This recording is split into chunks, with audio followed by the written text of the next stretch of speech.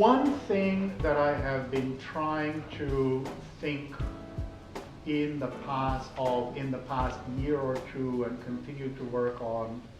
is connecting the work so many of us have done on the commons, more specifically in network information, to more broadly the broad debates over justice, equality,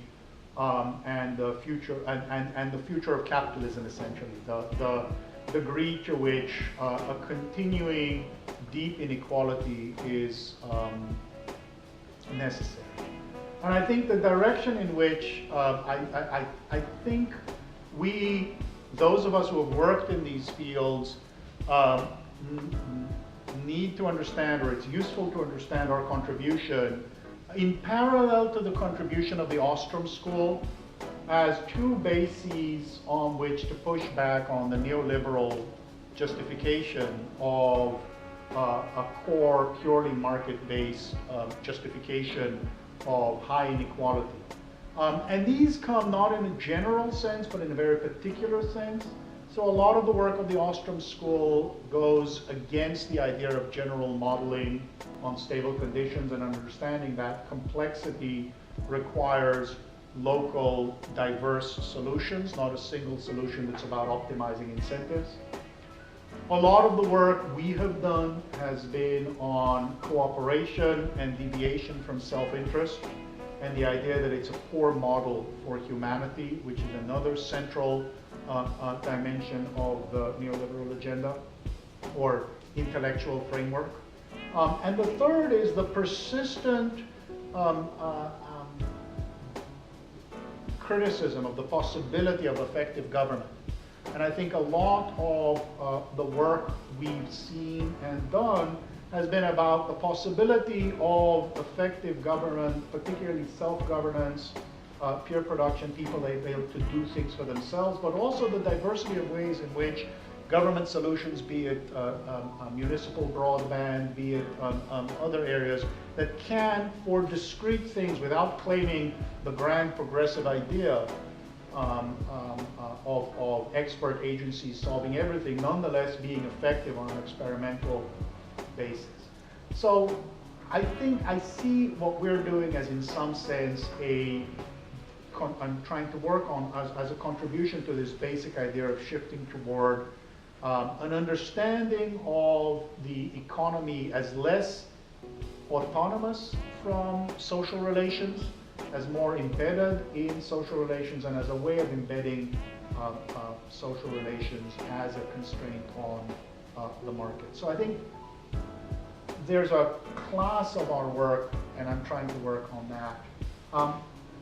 The other anxiety is the frustration with failures of exactly that progressive model. What does it mean to have a progressive in the sense of sensitive to equality and democracy, not only to individual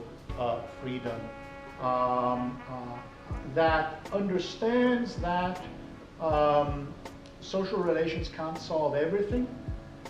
that some things require an effective government, be them taxation, tax and transfer, basic social security, and at the same time you encounter the kinds of things we've seen over the last years with the surveillance state, with persistent failures across multiple governments. And how we understand the way in which we govern ourselves as multiple overlapping systems of affordance and constraint as a way in which we become effective, but at the same time are also subject to power of others. And how we define an intervention in law and intervention in technical systems that allows us to gain some degrees of freedom within a range of systems of constraint that are trying to constrain us. So particular applications of that was a piece I just did on whistleblowing and how we justify national security whistleblowing. Not based on the freedom of expression of the newspapers, but rather on the systemic necessary failure of closed systems, which of necessity national security systems are, and of the role of illegal individual conscience breaking through those systems as a way of informing and stabilizing the system. I think it requires that we significantly think about illegality as an important dimension of freedom. We had a little bit in the context of piracy, but I think it's much broader than that, and it has to do with the systematic, repeated failure of stable systems to deal with complex and changing conditions. So those are the things that are troubling me now. The other thing that's troubling me now is the sharing economy. The fact that essentially it is a cultural, I see it as a cultural manipulation of the idea of sharing and cooperation, and a co-optation of a set of behaviors that are exactly the opposite, and essentially using the feel-good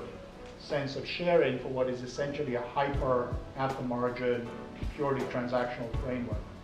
And it's entirely consistent with very low transaction costs. The same technical conditions would allow for actual sharing to shift into a market. But the problem is really that I see is the co-optation of the conceptual framework of sharing cooperation, which are actually oppositional to hyper-perfection of markets, actually becoming the warm glow that comes along with doing something that is purely decisions of the market and anything but sharing.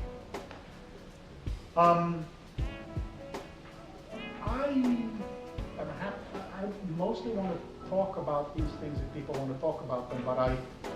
also want to have some concrete time to see the kinds of things that's going on. So there's a lot of theoretical work we do, there's practical policy work we all do. I want to throw some of the theoretical anxieties out there because it's this group. But I also want to sort of have people get a little bit of a